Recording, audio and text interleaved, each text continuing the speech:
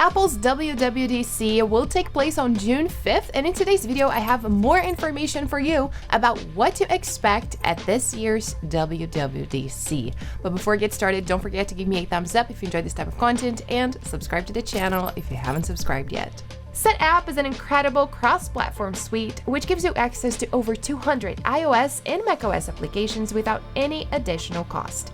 You only need to pay for your subscription and choose the apps that you would like to use. Now, a great benefit is that you can start a free trial when you use my affiliate link listed down below in the description. So according to Mark Gurman, the headset will be the start of the show.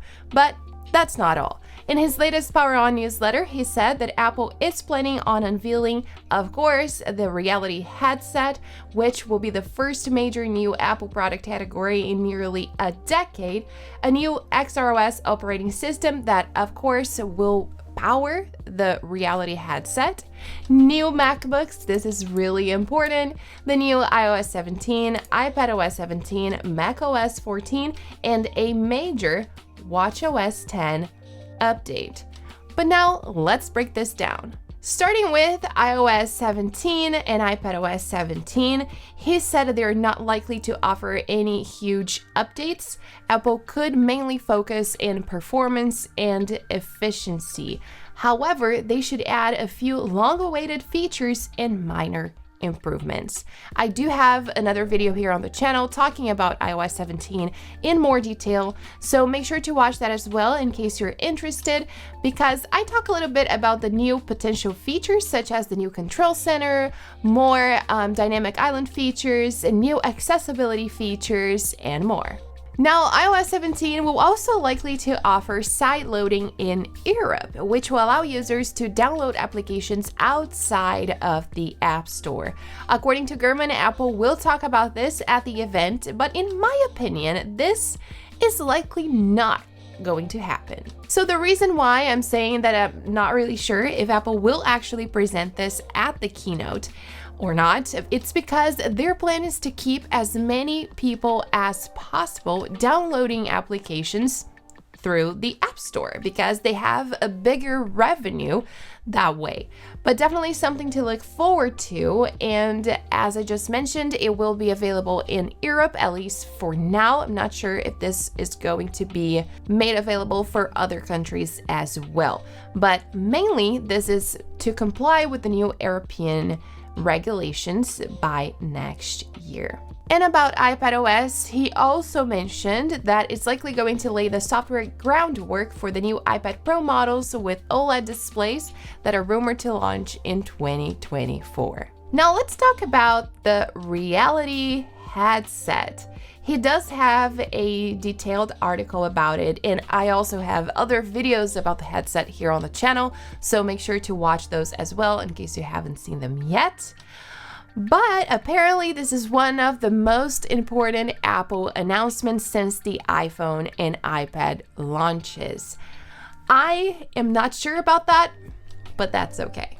And the reason why I say that I'm not sure, it's because I'm still waiting to find out what the wow factor is.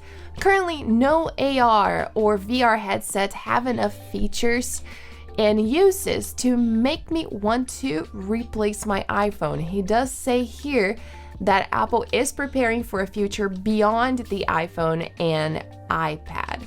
I'm also still not sure how the device would change our lives in a way that many people would be interested in it.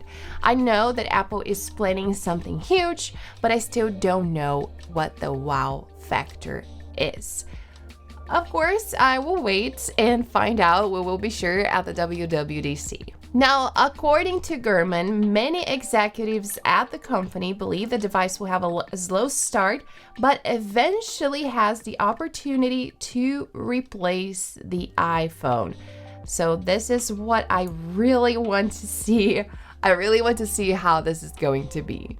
Apple is likely going to announce the headset at the WWDC, and then it's likely going to be released towards the end of the year, probably closer to the holidays, which makes total sense because the WWDC, it's a developers-focused event, and Apple does need to present this device and its operating system for the developers in order for them to develop applications for it. So this makes total sense, but just a reminder that this is going to be probably an announcement and the release is happening towards the end of the year. Here, Gurman did say that Apple previously intended to introduce the headset in March, and the idea was to release it publicly in September. With the debut now coming in June and recent production hiccups potentially slowing the process, I now believe that Apple will be happy just to get it out in time for the holidays. But now let's move on to the Mac. He stated at the beginning of the year that Apple has several models in the works, such as the 15-inch MacBook Air, an updated 13-inch MacBook Air, an entry-level 13-inch MacBook Pro, a refreshed 24-inch iMac, the first Mac Pro with in-house chips, and updated high-end MacBook Pro models. He said that all of these Macs are likely going on sale either this year or in early 2024. And there are also 2 Mac Studio follow-ups planned, but their timing is less clear. So talking about the WWDC, he believes that at least some of these new laptops will be announced at the WWDC, and this is according to his sources. But there is a caveat, as he said here. We're still not sure if these MacBooks that are likely going to be released at the WWDC, we're not sure if they are going to be powered by the M3 chips yet. I've talked about this before, and the M3 chips are likely going to be released in the second half of 2023. So these Macs are likely going to be powered by the M2 processor or something similar. He said here that the models coming in June probably won't boast major new M3 chips. Instead, they will run something in line with the current M2 processors. So mainly talking about the 15-inch MacBook Air, because I feel like that's the one that is going to be released at the event. I feel like it is still going to be powered by the M2 chip. And then towards the end of the year, Apple could potentially update the 13-inch MacBook Air with the M3 processor. This is not the most organized release, in my opinion. I feel like they should just wait and then launch the 15-inch MacBook Air alongside the updated 13-inch MacBook Air. But we all know that Mac sales are not looking really good for Apple. The sales dropped more than 40% last quarter, which was the biggest decline since 2020. So they need the sales to go up a bit. So maybe that is why they're going to release this MacBook earlier than expected, or at least earlier than we think that was expected. And last but not least, regarding the watchOS update, Gurman said that it'll be the biggest software update since 2015. There are no additional details about this at this point, but he did say that no big hardware changes are expected, so the focus will be in software.